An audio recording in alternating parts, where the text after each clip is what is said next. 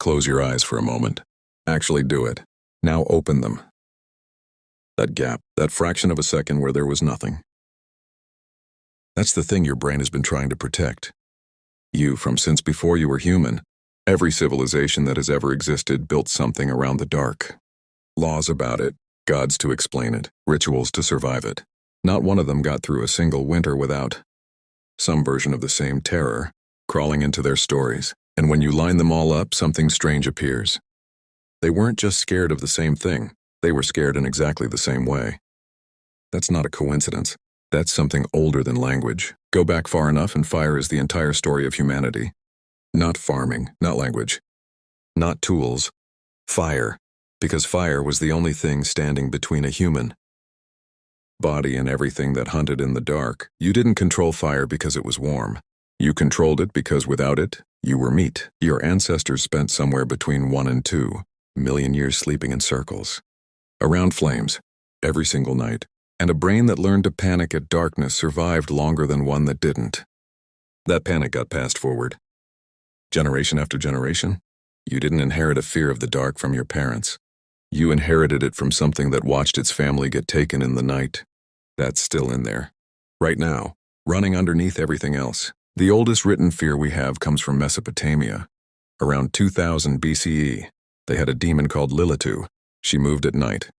She came for sleeping people. And the detail that appears over in the oldest texts isn't what she did to them. It's how you couldn't hear her coming, silence, moving through dark rooms. That specific combination. The Sumerians built entire ritual systems around her. Fires kept burning through the night, not for warmth, as a barrier she supposedly could not cross. Now go forward 1,000 years and 6,000 kilometers east, ancient India. The Vedic texts describe beings called Rakshasas. They moved at night. They were drawn to sleeping people. The rituals to keep them out involved fire kept burning at the threshold. Same demon, different name, different continent. Same fire, same door, same sleeping person, same silence before it comes. This is where it stops being folklore. Researchers who study the world's mythologies call it the comparative method. You look for structures that appear independently in cultures, with no contact with each other. When the same structure appears anyway, that's signal. That's something the stories are pointing at that exists outside the stories. And when you map the night terror myths of every major ancient civilization, the same architecture keeps emerging. Something comes at night, it targets the sleeping, it moves without sound. It enters through a specific threshold. Fire stops it, and the only protection is staying awake. Staying together, keeping the light alive. Every culture, every continent, the same monster wearing different clothes. The Vikings had the Mara. It crept in while you slept, sat on your chest, pressed the breath out of you. You couldn't move. You couldn't call out. You woke up in the dark, absolutely certain something was still in the room. That exact experience is what we now understand as sleep paralysis. A glitch in the transition between sleep states, where the body stays locked while the mind comes awake. It happens to roughly 8% of people at least once. It happens more under stress. It happens more in the dark. It also happened constantly to people sleeping in pitch-black rooms in the middle of Scandinavian winters where the sun barely appeared for months. The Mara was their brain's explanation for what their body was doing. And the explanation they landed on, the crushing invisible thing that hunts you when you're at your most vulnerable, is the same explanation Japanese folklore produced independently with the Kanashibari, the same one ancient Egyptian texts describe, the same one medieval European demonology cataloged in precise and terrifying detail. They all had the same experience. They all needed to explain it. They all came back with the same monster. But here's the part that doesn't get said often enough. The fear was never really about the dark itself. It was about what the dark hid. And specifically, it was about the way the dark removes your ability to know what's coming. In daylight, a predator at 200 meters is something you can see, track, prepare for. In full dark, that same predator is silence until it isn't. The problem isn't the absence of light. The problem is the absence of information. The darkness puts you in a state where something could be 2 feet away, and you would have no idea. Your nervous system was built for that exact problem. And its solution was a hair trigger, assume threat, react first, process later. That's why a dark hallway feels different from a lit one. Even when you know nothing is in it, you know nothing is in it and the system fires anyway, because knowing is not the same as sensing. And sensing is what the old hardware runs on. Ancient people understood this even without the neuroscience. The Greeks had a concept called phobos, the god of fear, and the specific fear he embodied wasn't the fear of a visible enemy. It was the fear of what you couldn't see, the panic that breaks a soldier's nerve not during the fight but in the moments before, when the sounds are coming and nothing has appeared yet. The Romans took it seriously enough to factor it into battle formations, because they understood that men who had held fortified positions for weeks could break and scatter in the dark in ways that made no tactical sense. Historical accounts from sieges across the ancient world document this repeatedly. Defenders who were unbeatable in daylight would collapse completely once the torches went out. The darkness itself was a weapon. Multiple commanders used it deliberately, not just for cover, because they understood what extended darkness does to the minds of people waiting inside it. Fear of the dark as military strategy, because the oldest code in the human brain is also the most exploitable. And then there's the detail nobody talks about when they trace all of this back. The fear didn't start with monsters. The monsters came after.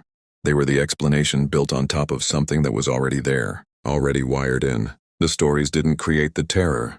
They were the ancient world's attempt to give shape to something that had no shape. Because a thing with a name is less dangerous than a thing without one. A monster you can describe is a monster you can theoretically fight. Naming the darkness was the first attempt to control it.